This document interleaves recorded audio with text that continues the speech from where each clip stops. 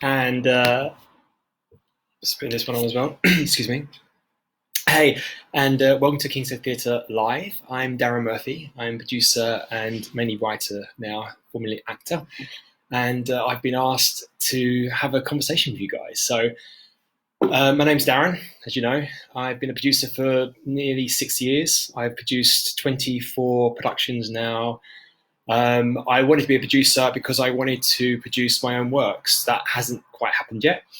I'm in the process of finishing off my very first play, which I'm co-writing with a friend, and establish something by myself, a nice little three-hand thriller, which I hope now I've got plenty of time on my hands to actually finish this time around. I predominantly write film. I've got a screenplay with Legendary Pictures at the minute that's been sourced around them. And I've got about 4 or 5 other projects that I want to finish. And I've started to create a limited TV series for idea for Netflix, a 4-parter gay love story, actually, set in World War One, which I hope to pitch to them when it's finished. So that's a little bit more about me. This is my lovely home, because obviously we've got to stay home, and I'm working from here at the minute, getting into more of my meditation and stuff, which has really, really influenced and helped my writing. Any blockages that I seem to have had before seem to be kind of like coming through now, which is really, really exciting. So I'm looking forward to sharing some more stuff with you later on. And so you've got lots of people coming on there. Hello, everybody. So yeah, when anything you want to ask me, just go ahead and ask me. So like I said, I've been producing for 6 years. The last thing I did was a collaboration with King's Head at Trafalgar Studios, Opera Undone, which was an amazing project. Actually, it was 2 Puccini classics, Tosca, La Bohème, which we kind of like condensed down to an hour long each, and it worked really, really well. It's very beautifully done. Looking forward to doing more stuff like that. Sadly, all of my projects this year have been pulled. I can't commit to anything just now because obviously what's going on in the climate, we've no idea when we can kind of start back up again. And the last thing I want to do is get hopes up of some creatives and actors and stuff and say, look, this is my next project and I really want to be involved. It is going to happen. There's 1 or 2 projects which sadly probably won't now because of timings, but there's certainly plenty of stuff on my slate that I want to be doing towards the end of this year and certainly into next year. So stay tuned on that one. So yeah, writing wise, I mainly like writing film, although I produce theatre. The idea of producing theatre to me was literally so I can start producing my own works and collaborate with the people that inspire me, which I do, but so far I haven't produced any of my own writing yet, but that is going to happen. This year, the end of this year into next year, developing a musical and a play. So that's really exciting. And yeah, so that's how I fell into producing.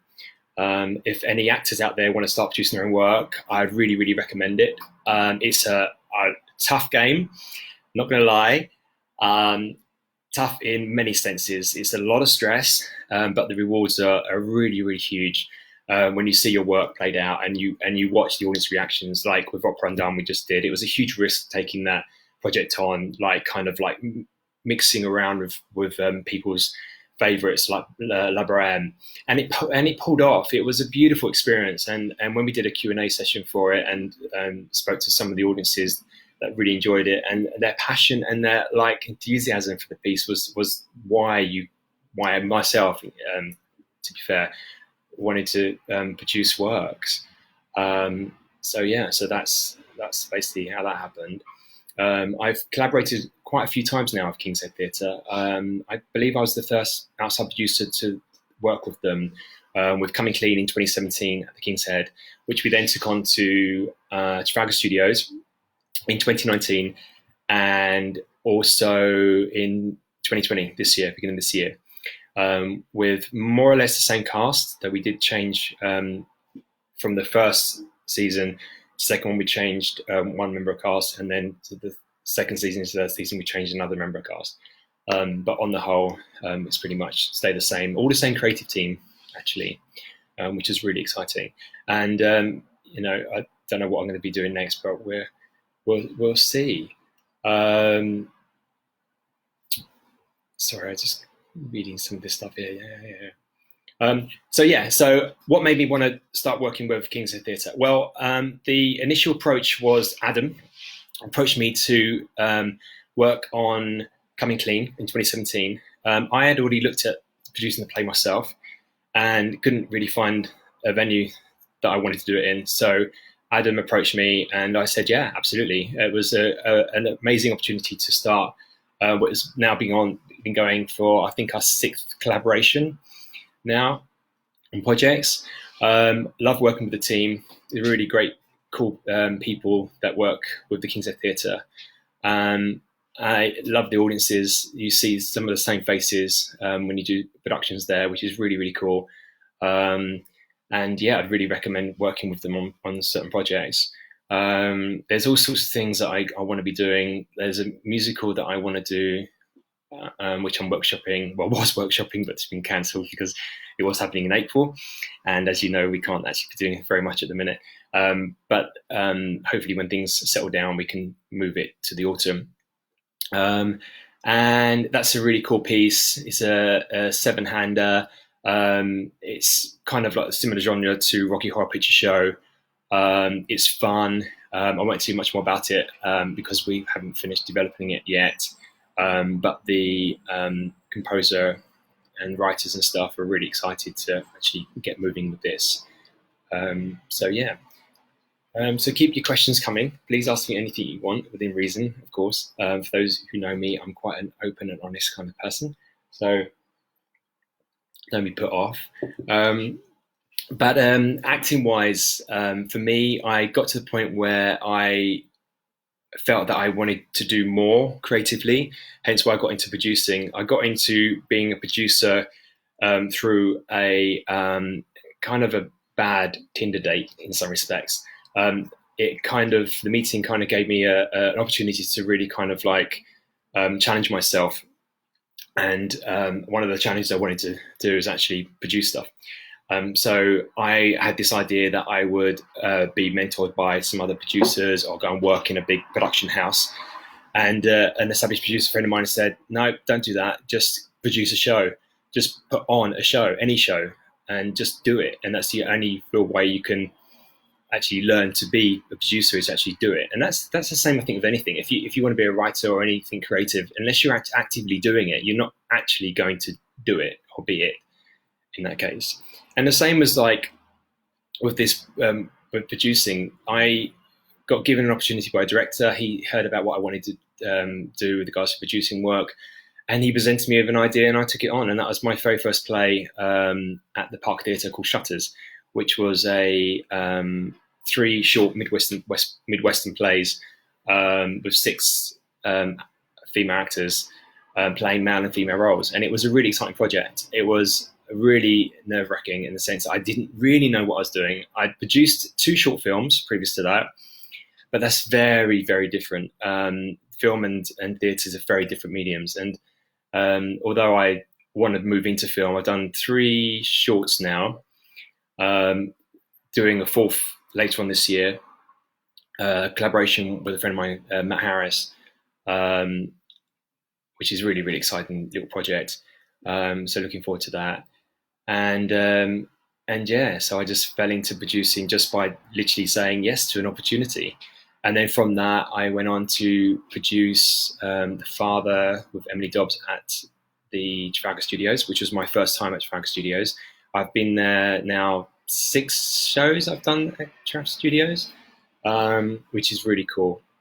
And it's interesting transitioning work from a really fringe venue like the King's Head, moving it into a more central London West End style theatre like Trafalgar Studios. It's nice when you kind of like see your work elevate and have further life. And Coming Clean as an example, 3 times we've now produced it, and it's sold out this season as well. We could have extended, but with those kind of shows, they're slotted in and programmed in a way that means that you can't actually extend, which is a bit sad. But that's just it's the way it is. So who knows? But we have ideas of what we may want to do with that project, but no idea at the minute. We need to work out what's going on with us and this whole coronavirus thing at the minute. But I've got a question here. How do you go about getting funding or angel investors? Well, to be fair, your first kind of point of call is always going to be people you know. So it's going to be friends and family. To raise money for theatre, it can be challenging, but it also could be quite straightforward. I mean, if you set yourself a project which is very realistically funded, in the sense that it's not going to be too much scope in raising that money, you'll find it. It just kind of comes in some respects, and it's from my point of view, there's only really been one project where I had real difficulty finding money for it, and it's because, in all fairness, looking back, it wasn't the right project for me or the kind of slate of work that I do. It's more that what really excites you is going to excite your investors, and that's just the way it's always kind of worked for me, really. And now they trust me and stuff, and they know that if I want to put on a certain show, there's a reason for it. But they always send them the scripts, and if they read it and they're encouraged, by it, then great. Or there's a certain director or writer that they're interested in, or there's a certain genre of work that they really appeal to. Like I've done quite a few now LGBT plays and non-LGBT plays, straight dramas and stuff. And I've got a pool of investors that kind of go from looking at certain styles or genres of work. And like I've got investors that hate musicals. It's just, they wouldn't put money in it. So that's just the way it is sometimes. Let's look what we've got on here.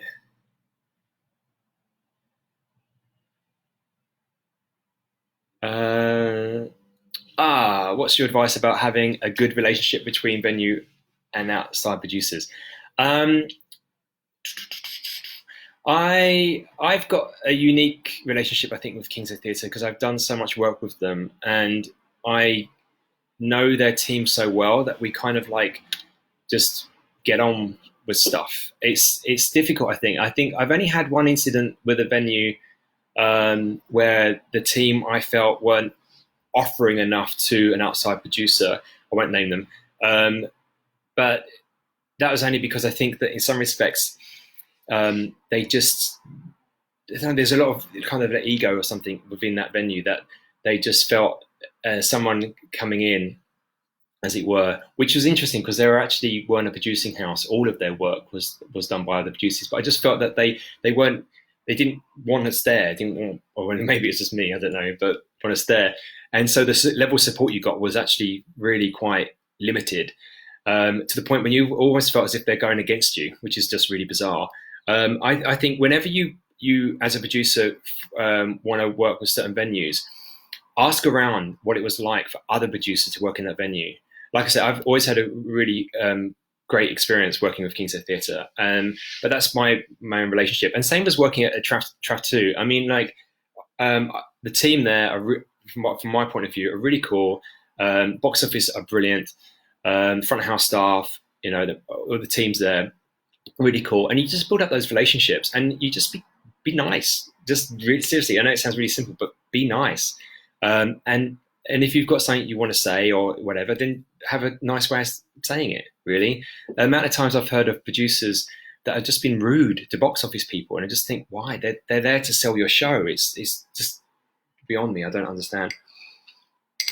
So it's one of my healthy smoothies I have every day after a workout. And basically this one is kale, papaya, pineapple, what have I got? Mango, spinach, bit of protein, and coconut water, and it's really delicious.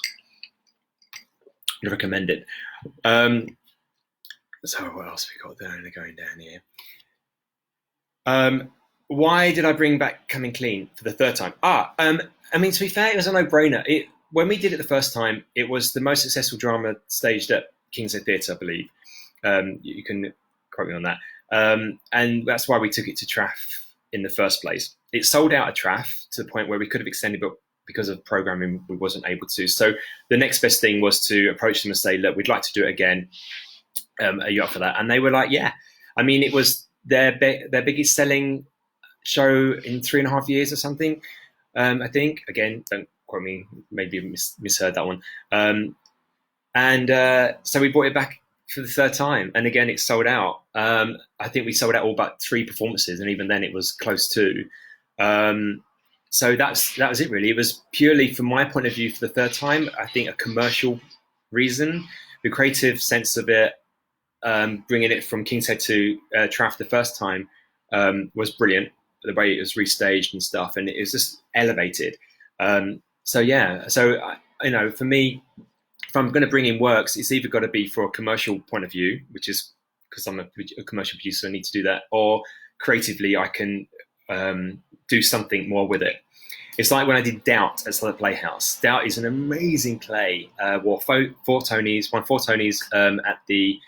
it was on at New York on Broadway, and we did the first London run of it in 10 or 12 years.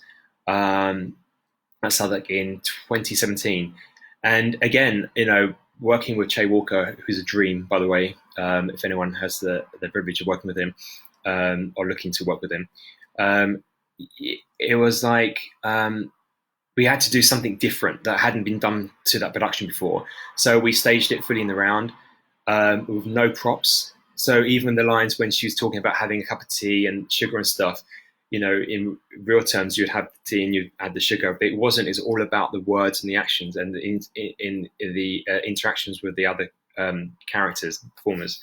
And it was beautiful. It was an amazing thing to stage. I'm very, very proud of that show. And same as like shows like Old Fools, Tristan Burnet's play we did at Southwark, again, actually in 2018. Was it 2018? And again, a beautiful piece. But again, if there wasn't anything creatively I could bring to that project, then I wasn't really interested. And talking to Sharon Burrell, who's the director and a co-producer on the project, it was like bring up, what else can we do to make this show elevate, do more? And that's another play that I'd like to maybe do more with in the future. But again, differently for creative and commercial purposes. Was there anything about taking a show to TRAF 2 that you hadn't expected or bargained for? Well, Coming Clean 2020 was the 6th production I've done there. So when I went to TRAF 2 for the first time with the father, no, not really. I've only done the studio space, not the big space. And it's a very manageable space to produce in. Obviously, depending on the size of show. With the father, we had 6 actors. So the dressing room is very tight, and on stage, obviously, it's very tight. But luckily, there was only one scene, I think, when everyone was on the stage together. But same as in Coming Clean recently, 4 actors is doable. I think realistically, you need to manage the space dependent on how many actors are going to be on there. So you don't want somewhere like TRAF to have too many people on stage at the same time, because it might get a little bit too fussy. But then it depends what you're staging. I mean, I've seen a show there where it had 12 performers on there. It was bizarre, but it worked. So yeah, but I don't know. Like I said, be friends with everybody. They're there to help support you and sell your show. I mean, the box office at TRAF are a dream. Get on with them so well, and they know what they're doing. So if they say to you, actually, we think we should resell this show at this, then go, okay, have your point of view across, and obviously you know what your margins are, so you know what money you need to be making for it to work. But at the same time, they know their theatre. So any venue, really trust the box office, trust that the shows that have gone on before, how have they sold, how have they not sold. Don't be cocky. Never be cocky when you're going into a venue that you don't really know very well. Just regular meetings, talk, communicate. Communication is so important, and don't be shy to get on emails and on the phone or turn up. Even when I wasn't actually seeing any performances at TRAF, I wouldn't necessarily see the evening. I'd be there beforehand. I'd be talking to box office. We've got a slow day tomorrow. What do you suggest? What are we going to do? and then just go with it and see what happens. I mean, having someone involved in ticketing is really important, I believe, as well. Marketing for me, I kind of tend to do a lot of it myself, as opposed to use any marketing agencies. Again, most of the shows I do are quite small and they're easy to manage. The only time I use really an outside marketing agency is when I did 3 shows at the same time, which meant that I had to get outside support. And as a producer, unless you've got a team, I really wouldn't recommend doing more than 1 show at a time. Putting on 3 at the same time pretty much almost killed me. So yeah, I won't be doing any of that again. Yeah, so yeah, 1 at a time is good. But yeah, more than that, unless you've got a team, then it's fine. Dear. So the type of work I make is predominantly drama.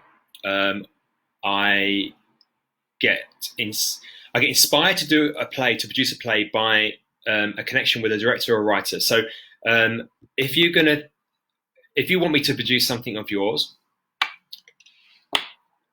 fine, email, but you got to kind of woo me a little bit. Like, take me out for a cup of tea. I'm an Earl Grey drinker, no milk, maybe a bit of honey, depends how I feel. And tell me about your project. You know, I've signed up to maybe four projects where I hadn't even read the script. I got so turned on or engaged with the piece by the way it was sold to me by the writer or the director. And I've so far been lucky that I haven't made the mistake in that. In fact, Doubt's an example. I'd never read Doubt. I never saw the film. I knew about it, got pitched to it, and I was like, yeah, I want to do this. And I did it, and it was a huge success. Other plays, I won't say which ones. I don't think I even read Coming. No, I did read Coming Clean. Sorry, yeah, because I was going to do it previously. I can't remember what else now. But yeah, you just get like surprised, and you think, oh my god! At the read through, you go, oh, actually, this is actually quite good. But no, I wouldn't necessarily recommend that so much. But it is definitely about the creative position, like the writer or the director, that really kind of like inspires me to want to take on a project. And upbeat and best be nice. Like, I do genuinely, that's the word. Make contact with people that have had contact with people I'm working with. For instance, creative people.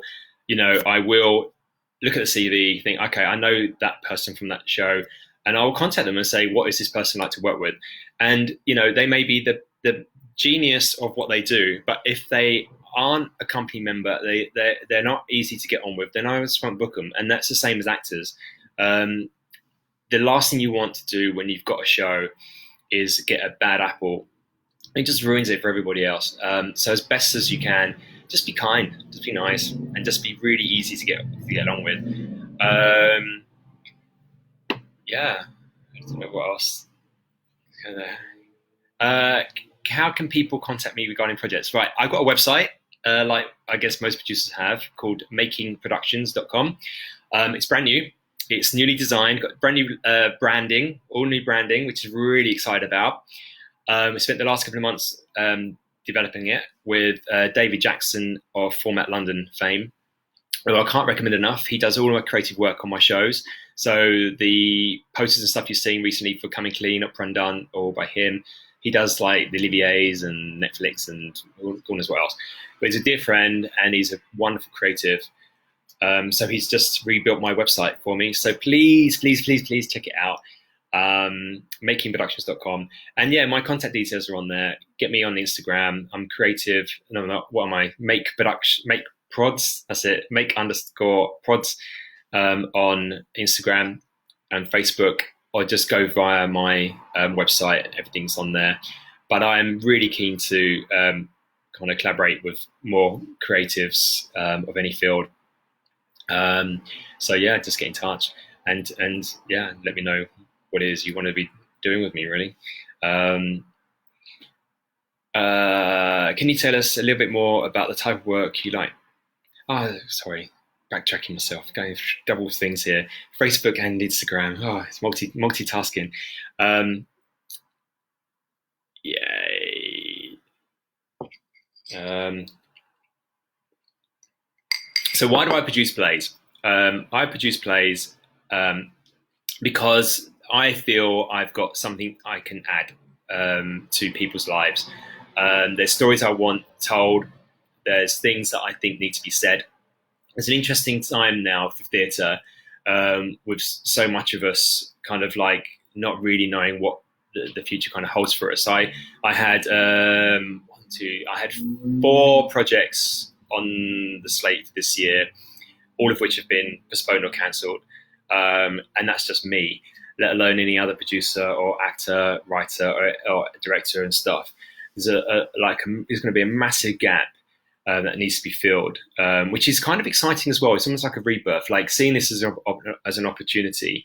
For me, this opportunity has come for focusing on my writing, which hasn't happened for some time now. So that's the opportunity I've seen in this, what we're going through right now.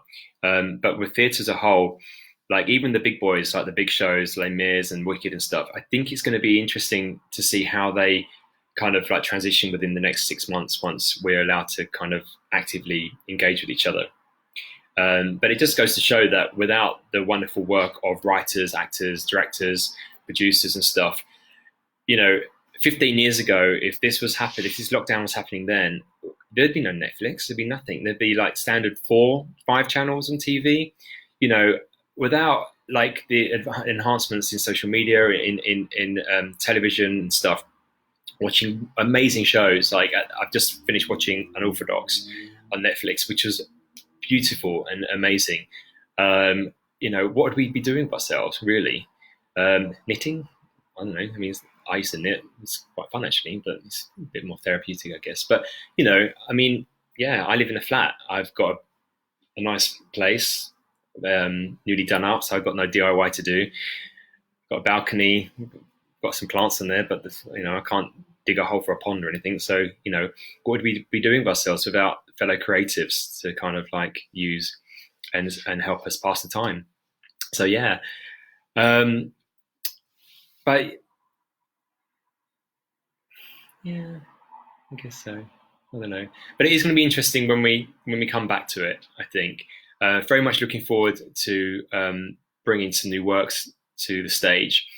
Like I said before, developing a musical. I want to do a little bit more opera scene. Excites me, stuff that challenges me. Look more into like established playwrights and also some new writing. There's 2 projects I would have done by new writers, which hopefully will happen next year, or even beyond. And what I've learned from this as well is that just chill. Things will happen when they happen. There's no rush. There's no urgency for anything. I think what this time has taught us, what we're going through right now, is that just sometimes we just need to relax and just take a step back and just chill, and then just kind of like breathe and then re-engage with the things that really are important to us. And that's interesting, I think, in the sense of producing works. Like, take your time and just do stuff that you feel is going to be really important for you, as in myself, and for the people around you as well. Do I think the lockdown produces an opportunity for producers? Yeah, absolutely. It's like I just said, it's an opportunity to kind of like reevaluate and think about the things that you want to do with yourself. What do I want to put on? I've got some scripts here that I'm looking at, some plays that I wouldn't have looked at if I wasn't in lockdown. So I think there's going to be a lot of opportunities coming up. I just think it's going to take a little bit of time, and I think people need to be patient with that.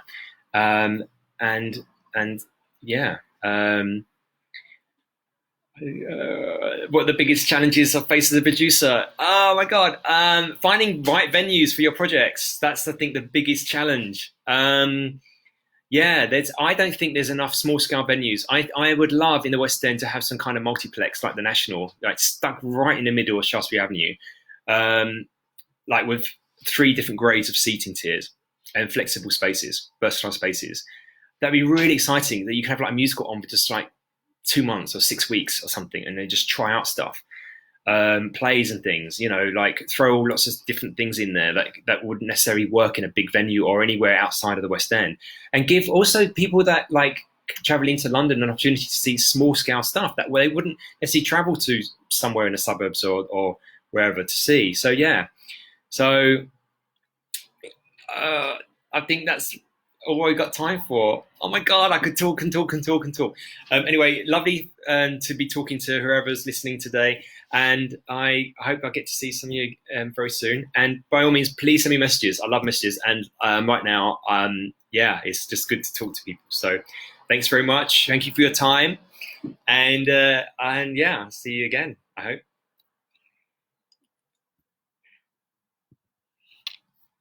Oh my God. End.